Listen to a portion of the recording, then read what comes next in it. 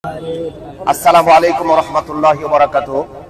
প্রিয় দেশবাসী, আমরা কলমাকান্দা থানা নেত্রকোনা জেলার অধিবাসী, আমাদের কলমাকান্দা থানা দিন মন্তলা গ্রাম নিবাসী সুপ্ত সাহা অনিক নামের রাজশাহী বিশ্ববিদ্যালয়ের অধ্যয়নরত এক ছাত্র বিশ্বনবী সাল্লাল্লাহু আলাইহি সাল্লামকে অপমানকর কটূক্তি করেছেন। আমরা আজকে কলমাকান্দা থানা হেফাজতে ইসলাম বাংলাদেশ কর্তৃক এক বিশাল গণসমাবেশ এবং অবস্থান কর্মসূচির আয়োজন করেছি। আমরা আজকে এই কলমাকান্দার রাজপথকে অচল করতে এসেছি যতক্ষণ পর্যন্ত এই নবী সাল্লাল্লাহু আলাইহি সাল্লামকে কটূক্তিকারী সুপ্ত সাহা অনিকের গ্রেফতার এবং উপযুক্ত বিচার আমরা আইন থেকে রাষ্ট্রপ্রধানদের থেকে আমরা আইনিভাবে যতক্ষণ পর্যন্ত সুবিচার না পাবো ততক্ষণ পর্যন্ত আজকের এই অবস্থান কর্মসূচি চলবে।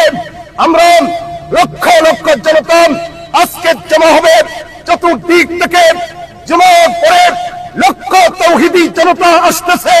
আমরা এই অল্প সময়ের মধ্যেই আমাদের মূল কর্মসূচিতে চলে যাব।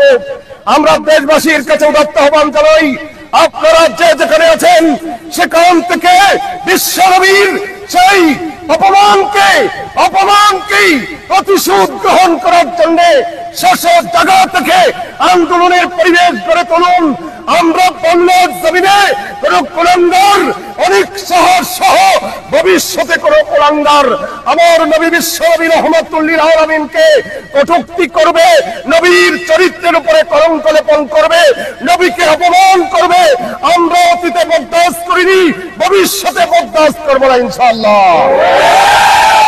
সম্মানিত প্রিয় দেশবাসী, সবাইকে আমাদের আন্দোলনের একাত্মতা পোষণ করার জন্য অনুরোধ করছি।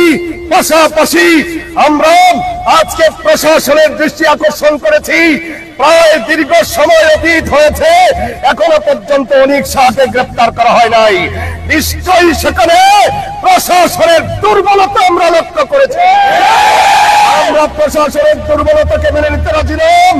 প্রশাসনকে আমরা দৃষ্টি আকর্ষণ করব, অনতি বিলম্বে তাকে গ্রেফতার করতে হবে।